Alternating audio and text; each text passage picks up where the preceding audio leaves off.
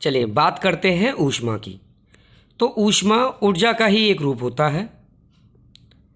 ऊष्मा मतलब हम कह सकते हैं गर्माहट। ऊष्मा देकर किसी भी वस्तु के ताप को बढ़ाया जा सकता है। एग्जाम्पल के लिए जैसे पानी को गर्म करना या पानी का गर्म होना। जब आप पानी को गर्म करते हैं तो उसे ऊष्मा दी जाती है जिससे उसका ताप बढ़ जाता है। उसी प्रकार यदि किसी वस्तु से ऊष्मा ले ली जाए तो उसके ताप को कम किया जा सकता है। जैसे बर्फ़ का जमना है ना, या एसी का कार्य करना। घरों में आपने एसी देखा होगा, ठंडा कर देता है, तो वो मौसम से जितनी भी हीट होती है उसे सोख लेता है और कमरे को ठंडा कर देता है। उसी प्रकार रेफ्रिजरेटर किसी भी, जैसे पानी के टेम्परेचर को जब पानी को जमाता है तो उससे सारी ऊष्मा को सोख लेता है और पानी का ताप गिरने लगता है और वो जम जाता है। तो ऊष्मा लेकर किसी भी वस्तु के ताप को कम किया जा सकता है, अर्थात उसे ठंडा किया जा सकता है, और ऊष्मा देकर किसी भी वस्तु के ताप को बढ़ाया जा सकता है। अब हमारे मन में एक सवाल आता है कि ऊष्मा उत्पन्न कैसे होती है। तो मैं आपको बता दूं कि ऊष्मा उत्पन्न के होने के कई कारण हैं, और सबसे पहला कारण है घर्षण। घर्षण का मतलब होता है दो वस्तुओं का आपस में रगड़ना। तो जब हम दो वस्तु आपस में रगड़ते हैं तो घर्षण उत्पन्न होता है, जिससे वस्तु का ताप बढ़ जाता है। यदि आप अपने दोनों हाथों को रगड़ते हैं तो थोड़ी देर बाद वो गर्म हो जाते हैं। उसी प्रकार ईंधन का जलना, ईंधन को जलाकर भी ऊष्मा उत्पन्न की जा सकती है। ईंधन पेट्रोल, डीजल, कूड़ा करकट कुछ भी हो सकता है। जब आप किसी प्रकार के ईंधन को जलाते हो तो उसमें से ऊष्मा उत्पन्न होती है। जैसे गैस को जलाना, तो उसके पास जब आप गैस को जलाते हो तो ऊष्मा उत्पन्न होती है। उसी प्रकार तीसरा है विद्युत धारा। विद्युत धारा जिसे हम पढ़ते हैं इंग्लिश में करंट कहते हैं। जब किसी विद्युत उपकरण को चलाया जाता है तो ऊष्मा उत्पन्न होती है, जैसे हीटर तथा प्रेस। आप लोगों ने देखा होगा कि जब हम हीटर को जलाते हैं तो उसमें से ऊष्मा उत्पन्न होती है। ऐसी प्रेस को आयरन करने के लिए हम उसे विद्युत धारा का यूज़ करते हैं और उसमें से भी ऊष्मा उत्पन्न होती है। तो ऊष्मा घर्षण द्वारा उत्पन्न की जा सकती है, ईंधन को जलाकर उत्पन्न की जा सकती है, और विद्युत धारा यानी कि विद्युत से चलने वाले उपकरण का प्रयोग कर भी ऊष्मा उत्पन्न की जा सकती है। चलिए, हमने पढ़ लिया कि ऊष्मा होती क्या है, ऊष्मा उत्पन्न कैसे होती है। अब पढ़ेंगे कि ऊष्मा के प्रभाव क्या हैं। तो सबसे पहला प्रभाव है तापमान में परिवर्तन। जब भी आप किसी ठोस पदार्थ को गर्म करते हैं तो उसका तापमान क्या है, बढ़ जाता है। जैसे पानी का उबलना, जब आप पानी को बॉईल करते हैं तो उसका टेम्परेचर बढ़ता है और भाप बन के उड़ने लगता है पानी। उसी प्रकार जब आप सर्दियों में, गर्मियों में आइसक्रीम खाते हैं तो सन की लाइट जब आइसक्रीम पर पड़ती है तो बर्फ़ का तापमान बढ़ जाता है और बर्फ़ पिघलने लगती है। तो ये सभी जो हैं ऊष्मा के प्रभाव है, यानी कि तापमान में परिवर्तन, कि जब भी किसी वस्तु को गर्म किया जाता है तो उसका तापमान बढ़ जाता है। अब बात करते हैं अगले पॉइंट की, तो वो है द्रवों में विस्तार। पहला था तापमान में वृद्धि यानी कि तापमान बढ़ जाता है, दूसरा है द्रवों में विस्तार। जो द्रवों हैं यानी कि द्रव में ठोस, द्रव और गैस तीनों चीज़ आ जाती हैं। तो मैंने बारी से हम पहले पढ़ते हैं, तो हम पहले ठोस के बारे में बात करते हैं कि जब भी किसी ठोस को ऊष्मा देते हैं तो उसकी लंबाई, क्षेत्रफल या आयतन बढ़ जाता है। फॉर एग्जाम्पल के लिए, जैसे यदि हम किसी तार को गर्म करते हैं तो तार पिघलकर लंबा हो जाता है। उसी प्रकार रेल की पट्टी आप लोगों ने सभी ने देखा होगा कि जब रेल की पटरी बिछाई जाती हैं तो उनके बीच में थोड़ा सा गैप छोड़ा जाता है, ताकि गर्मियों के दिनों में जब बहुत ज़्यादा गर्मी पड़े तो रेल की पटरी जो लोहे की बनी हुई है वो पिघलें और उस गैप को भर दें। अगर गैप नहीं छोड़ेंगे तो पिघलने के बाद रेल की पटरी एक दूसरे पर चढ़ जाएंगी और दुर्घटना होने के चांसेस बढ़ जाएंगे। उसी प्रकार द्रव पदार्थ को ऊष्मा देकर वह भाप में बदल जाती है। यदि आप द्रव पदार्थ को ऊष्मा देंगे तो भाप यानी कि वाष्प में बदल जाएगी। तथा गैस, अगर गैस को ऊष्मा देंगे तो फैलती है, क्योंकि गैस के अणु होते हैं वो वैसे ही दूर दूर होते हैं।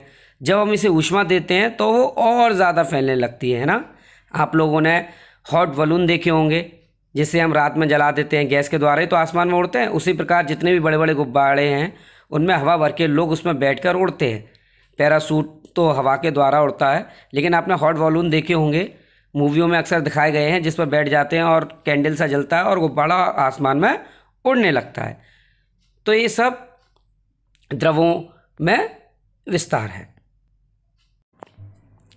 हमने सबसे पहले पढ़ा कि ऊष्मा होती क्या है, फिर पढ़ा कि ऊष्मा उत्पन्न कैसे होती है, और उसके बाद पढ़ा कि ऊष्मा के प्रभाव क्या हैं। अब हम पढ़ेंगे कि ऊष्मा का संचरण होता कैसे है। तो ऊष्मा हमेशा उच्च ताप से निम्न ताप की ओर जाती है, यानी कि हाई टेम्परेचर से लो टेम्परेचर की ओर, जिसे ऊष्मा का संचरण या स्थानांतरण कहते हैं।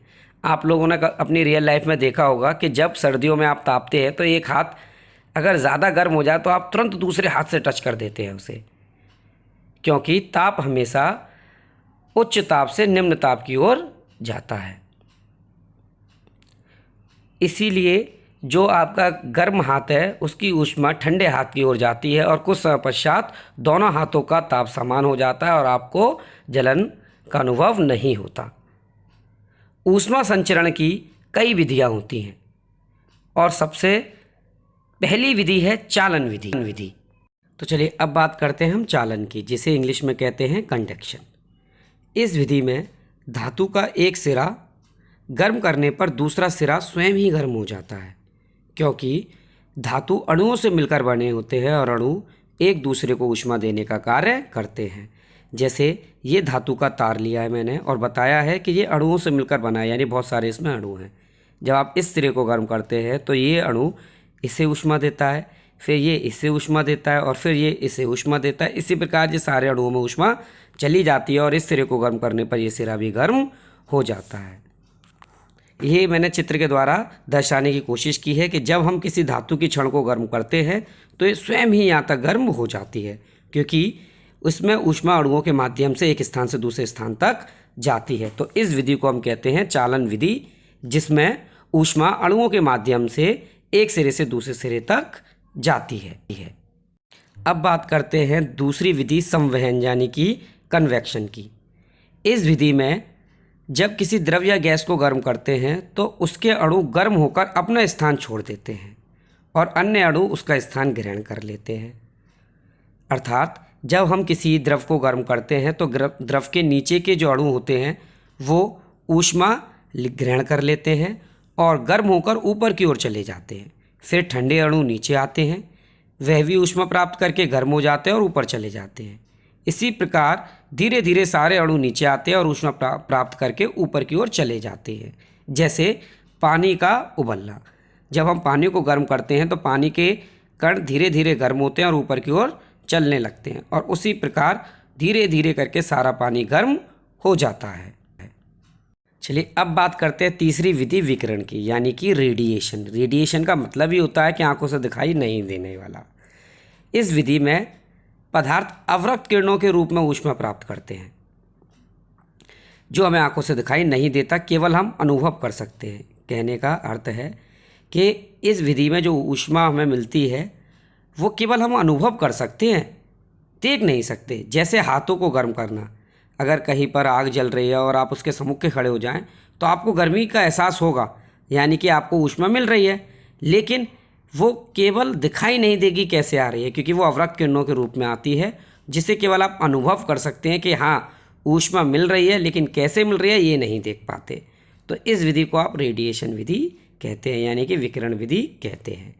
देखिए मैं इसे चित्र के माध्यम से समझाने की कोशिश करता हूँ। जैसे यहाँ पर आग लग रही है ना, तो ये हाथ, यानी कि इसमें से रेडिएशन निकलेंगे किसके, ऊष्मा के, और मेरे हाथ को टच करेंगे तो मुझे गर्म अनुभव होगा, गर्माहट का अनुभव होगा, लेकिन मैं ये देख नहीं सकता कि रेडिएशन कैसे निकल के आ रहा है। तो इस विधि को कहते हैं विकिरण विधि, जिसमें ऊष्मा का केवल अनुभव किया जा सकता है, उसे देखा नहीं जा सकता, वह विकिरण विधि कहलाती है। ऊष्मा एक इम्पॉर्टेंट टॉपिक है, आप अपने घरों में इसे देख सकते हैं, आप लोगों ने इसके कई उपयोग किए भी हैं। तो इसे बड़े आराम से पढ़िए, अच्छे से पढ़िए, समझिए। अगर आप इस चैनल पर नए हैं तो इसे सब्सक्राइब कीजिए। वीडियो अच्छी लगे तो इसे लाइक कीजिए, कमेंट्स देना ना भूलें और बताइए कि आपने इससे क्या सीखा। और अपने घरों में इसका प्रयोग कर कर भी आप देख सकते हैं।